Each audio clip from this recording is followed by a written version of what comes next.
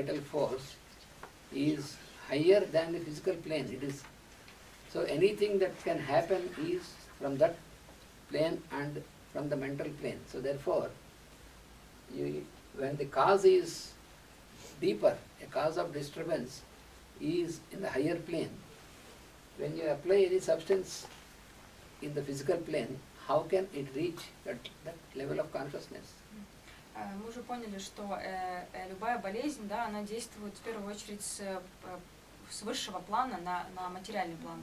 Поэтому если мы применяем лекарство к материальному плану и к телу, то никакого влияния не будет лекарства, потому что оно просто не достанет до этого высшего плана.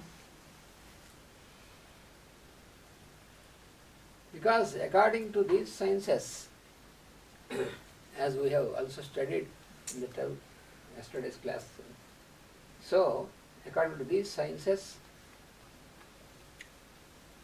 our consciousness is, our constitution is to be understood in these three planes. That is, it is the common understanding in all these sciences. What is this? One is matter, that already we know, because we know our physical body. So the material plane, matter. Мы должны понять, что наше существо, да, оно состоит из трех планов, как мы уже изучали это вчера, и как вообще это подано в гомеопатии, в аюрведе. So matter is not ultimate, because matter by itself cannot move. If you are able to move your hand, is it only due to matter? And there is no force, your hand cannot move. Материальный план – это далеко не вершина творения. Да? То есть если мы можем, точнее, если мы хотим поднять руку, то материя сама не поднимется, она сама не сдвинется, потому что нам нужна для этого определенная сила. If you only take the material aspect, then only it contains only the bones and these physical tissues and all these things, but it stays as it is, unless there is energy to move this. Если мы берем физический аспект тела, да, то рука, по сути, это просто кости, да, и ткани, наши мягкие ткани. Но если мы хотим ее как-то подвинуть или подвигать, то сама по себе она ничего не сделает. So therefore, there is what is called force, which is energy, that is required to move the matter. Поэтому у нас, как бы, в нашем теле существует определенная сила, да, которая может привести в действие наши органы. So there is no need to specially prove this fact. И не нужно каких-то особых исследований, чтобы доказать этот факт. Because when a person is paralyzed, so when the hand is paralyzed, why he is not able to move? Because the energy is not working in that part of the body for that person. That is why he is not able to move. Когда у человека, к примеру, случается паралич руки, да, какой-то части тела, то как бы не надо долго доказывать, что в этой руке просто нет энергии. Туда просто не поступает энергия, поэтому рука не движется. And this force needs another higher factor which can direct the force. Но даже сила, она нуждается в каком-то определенном высшем факторе, который будет ее направлять. So it is not just enough if you have the matter and the force, but there should be another higher factor which can direct. What is that higher factor? Suppose I move my hand from here to here. How I am able to move? This hand is physical, but the force is there. But the force is directed by mind. When I want to move, I will move. So I want to move or not, it belongs to mind. It is not even energy. So the energy is directed by the mind, then only you can move. Мгм. This is why very logical, directly you can understand. Я вспомнила поговорку «сила есть, ума не надо». Когда можно, we have a saying that which actually opens up this explanation. Well, it is said about people who can sometimes do some strange things. People said that they have force, but they don't have direction. They don't have mind. So it's kind of that. В общем, было сказано, что любая сила и материя, она нуждается в определенном направлении, и это направление задает ум. So matter, force and consciousness. Сознание. So mind works on that conscious level. Когда ум работает на сознательном уровне. So this is the plane of matter, the physical plane, and this is the plane of energy and plane of consciousness. То есть три уровня. Уровень материи, уровень силы и уровень сознания.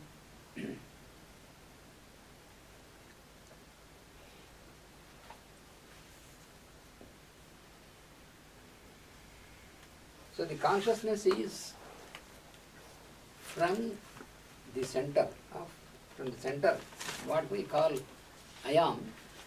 From there it works. Its consciousness is manifested as I am in us. Наше сознание, оно зарождается в нашем личном центре, которое вот мы называем «я есть», I am. И оттуда оно как бы подает все команды.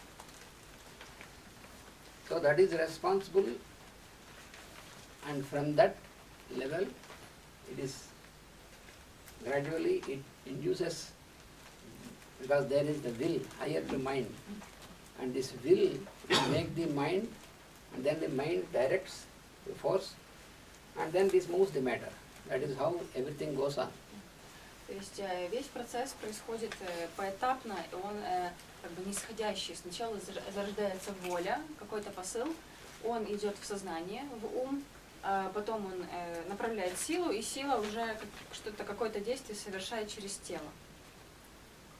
So you can say that somebody is healthy when this process is going on without interruption. И мы можем сказать, что тот человек здоров, чьи процессы проистекают в этом направлении без каких-либо препятствий.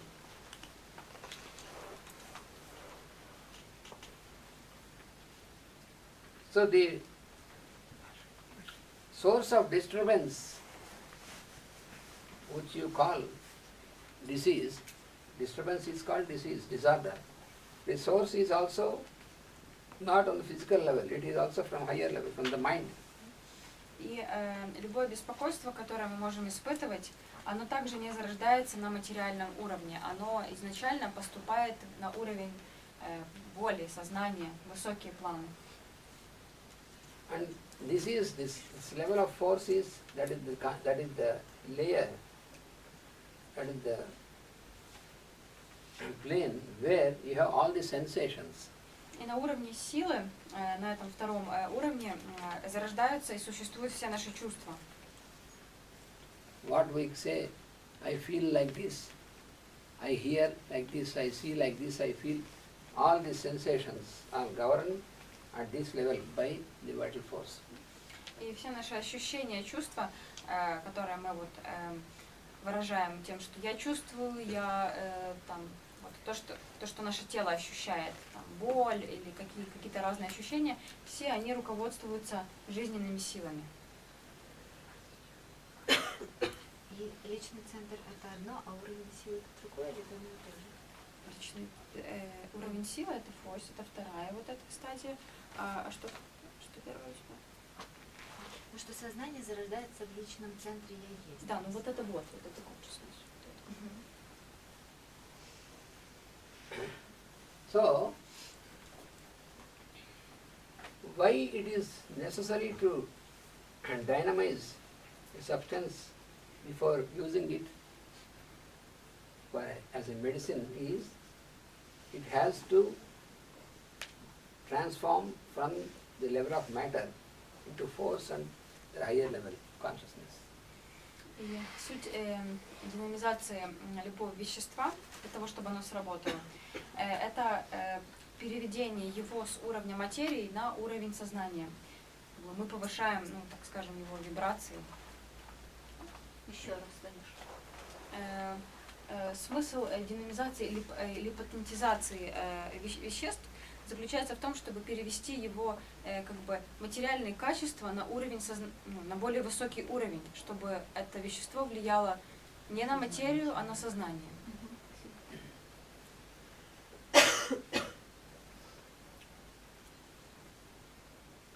Since we have already known to some extent that since a disorder is, when there is a disorder in the functioning of vital force, then that is manifested ultimately on the level of body or matter, material level. И в том случае, когда на уровне витальных сил возникает какой-то беспорядок, какой-то сбой, только тогда этот сбой начинает проявляться на материальном плане. So now yesterday we have also studied that the disturbance, disorder can be due to certain natural factors and how the vital force reacts to that we have studied yesterday, where it produces symptoms. Вчера мы изучили, что вот этот сбой в движении жизненных сил, он возникает благодаря каким-то естественным болезням, природным болезням. And through these symptoms that we are able to know that there is some disorder in the higher level, and at that stage when the disorder starts at the level of vital force or the level of mind, then yet it may not be identified at the level of body because it is not yet manifested. No, the disorder starts at a higher level and gradually it descends, its manifestation is made on the matter in the form of deformity and disturbance. So before this,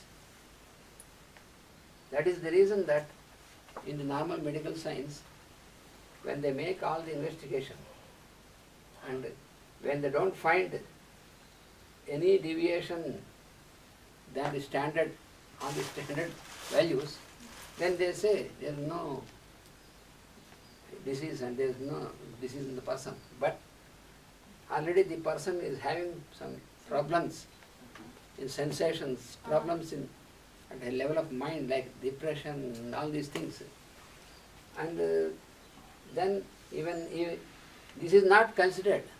Only always normal medical science, what is considered is on a material level. Only analysis of the chemicals of the tissues, and only that is why here in the understanding of homeopathic science, we take from the indications, from the symptoms, and from that we try to find out what is the type of disturbance. Even long before, they already affect the matter. Современная медицина, она рассматривает только тело, она рассматривает анализы, то, как вот она работает с телом. Но чувства и ощущения, они, симптомы определенных болезней, они возникают на уровне силы, на вот этой второй вот ступеньке. И даже если у человека есть определенная там, депрессия или какое-то расстройство, что-то он не так, он как-то плохо себя чувствует, но это еще не проявляется полностью на материальном плане, то что? Сейчас. Repeat.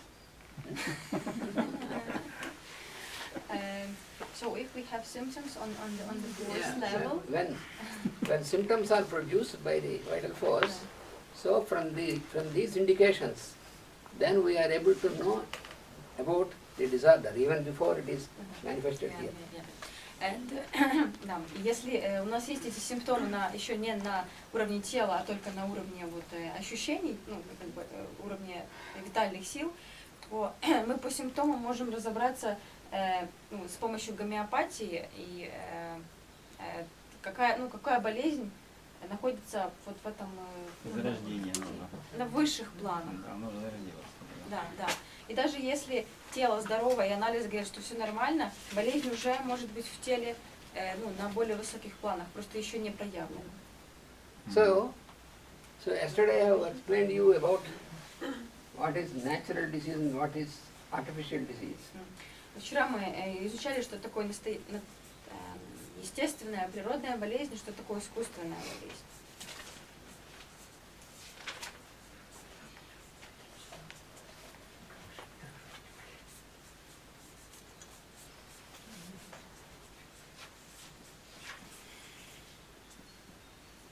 So when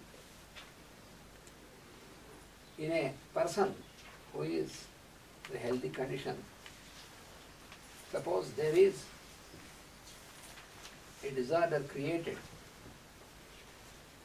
by the factors, higher factors, then this disorder on the higher level has disturbed the functioning of vital force. Если у здорового человека появляется определенное беспокойство на высших планах, то постепенно оно спускается на уровень витальных сил. And then the vital force starts its secondary action, as I explained yesterday.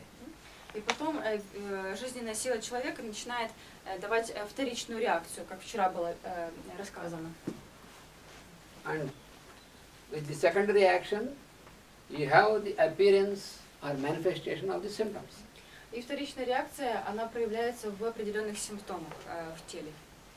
So these symptoms are manifested in various forms from the sensations and also from when they affect the mind. So you find mind also symptoms you find from mental level. Эти симптомы, они могут быть как на уровне чувств, так и на уровне ментальном. То есть это может быть, например, депрессия, что-то в таком плане. So from these symptoms, you have observed, you made a totality of this, a total picture of these symptoms. That is the first thing what a homeopathic doctor has to do is, he has to obtain all the indications, all the symptoms, and he has to make a totality of these symptoms. И первое, что должен сделать опытный, хороший гомеопат, он должен собрать все вот эти симптомы в одну большую общую картину.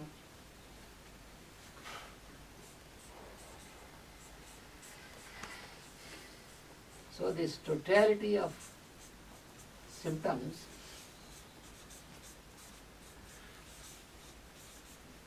this will enable us to understand the nature of disease.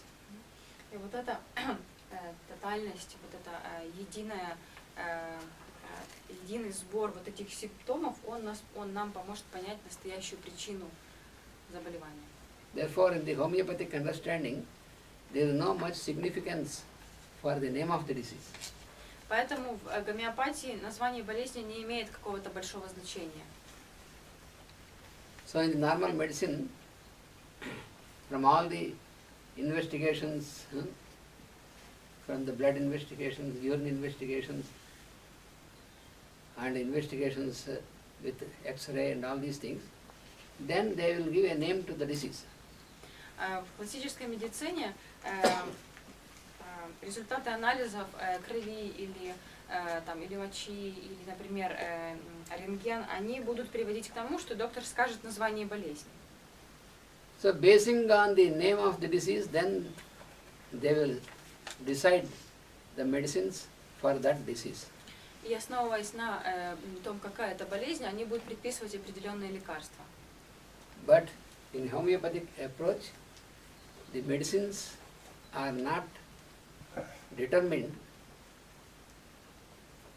in this direction. They are first you can select a medicine basing on how it can produce a similar type of symptoms in the body. Но в гомеопатии назначение лекарств происходит абсолютно другим образом. И лекарство подбирается по тем симптомам, которые оно может воспроизвести. То есть по схожести симптомов, которые проявляются у человека, и те, которые заявлены в самом лекарстве. As I told you, there are many sorts of substances which are proved by this process of proving and which are recorded. So when you can make the totality of symptoms of that are produced by vital force, and from this totality you can find which of the remedy can produce similar symptoms.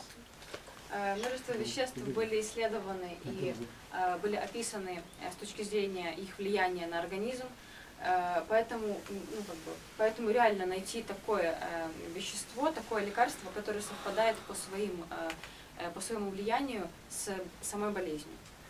And in making the totality of symptoms also you can know that in which plane there is the manifestation of the disease. И благодаря этой тотальности и собранным вот этим симптомам можно сказать, на каком плане болезнь на данный момент существует. So according to the principle which we have studied yesterday, that means what is that law which we have studied is, I have to remember always, when two diseases having similarity, then they enter into a constitution, the one which is stronger will eliminate which is less stronger. This is the principle. И так как мы вчера изучали этот основной закон гомеопатии, если в организме появляется два посторонних вещества с одинаковыми качествами, то то, которое является более сильным, оно вытеснит то, которое более слабое. So, the natural disease, that means the factors which cause disturbance, that effect is not under our control.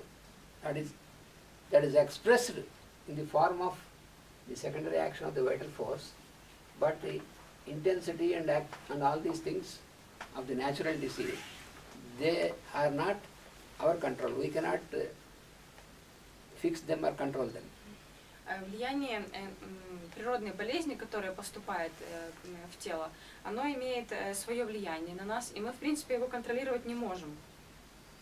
But the artificial disease, because it is produced by introducing a substance into the body, this artificial disease we can produce with the required intensity, we can produce also where, on which level we have to produce this, we can know.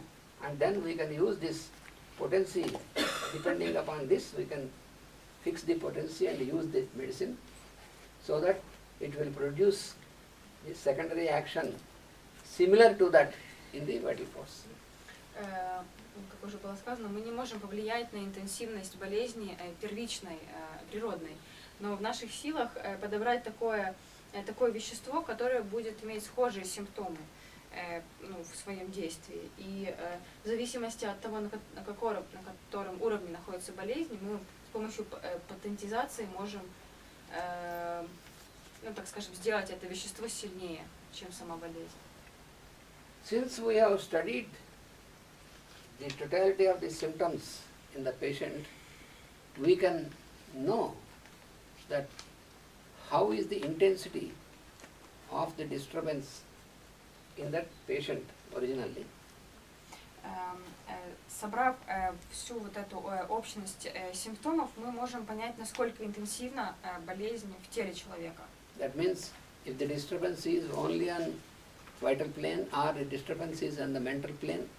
Если, например, вот это беспорядок возник на уровне ума или он на уровне витальных сил.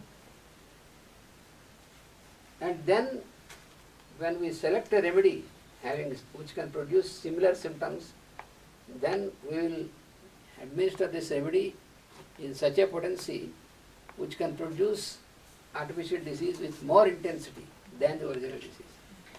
И тогда, как бы, понимая, на каком уровне находится болезнь, мы можем создать такую потенцию, которая будет влиять на болезнь с более высокого уровня.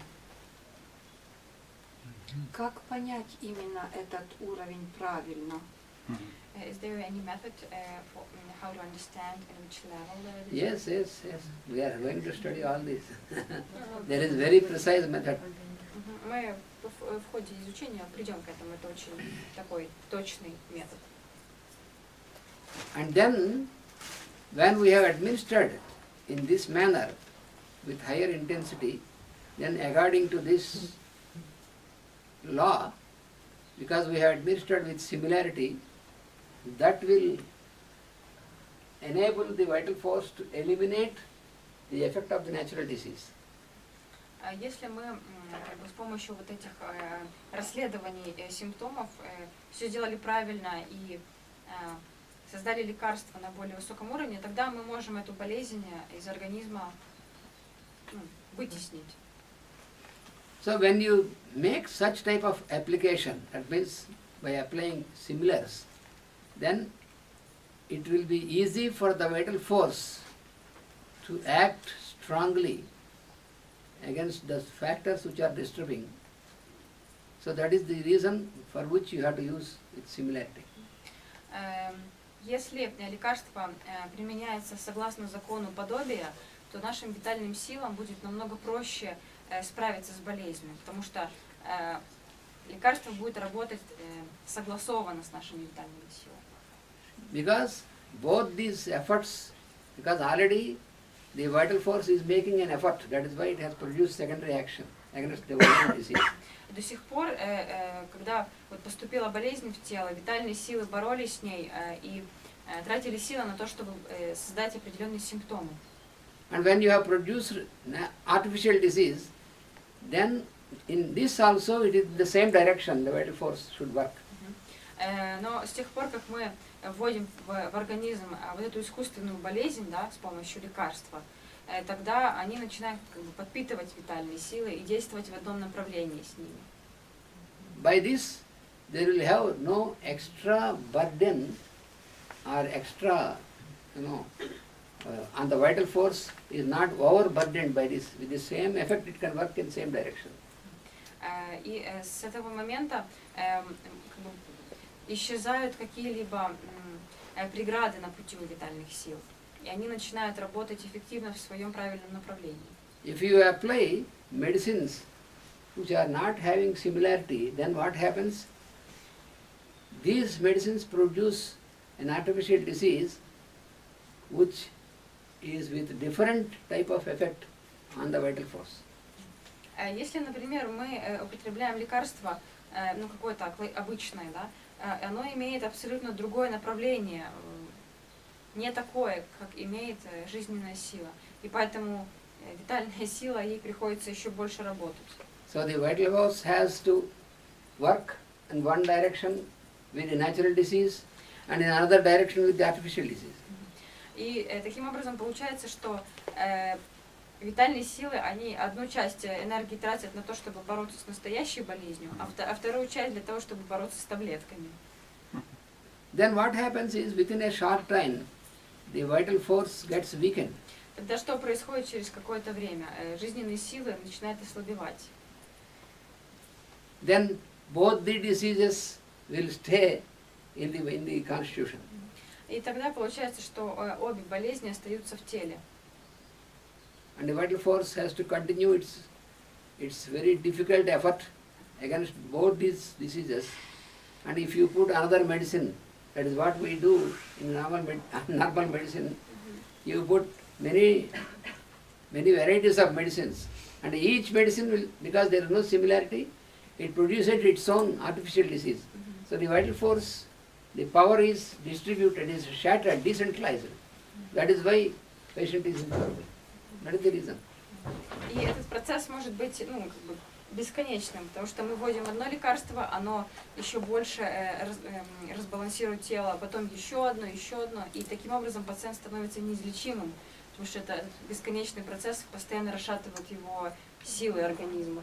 Миша, а уточни, а вот травы, Они тоже так воздействуют? What about herbs? Any substances, you have to, this is the basis. Any substance, herbs, any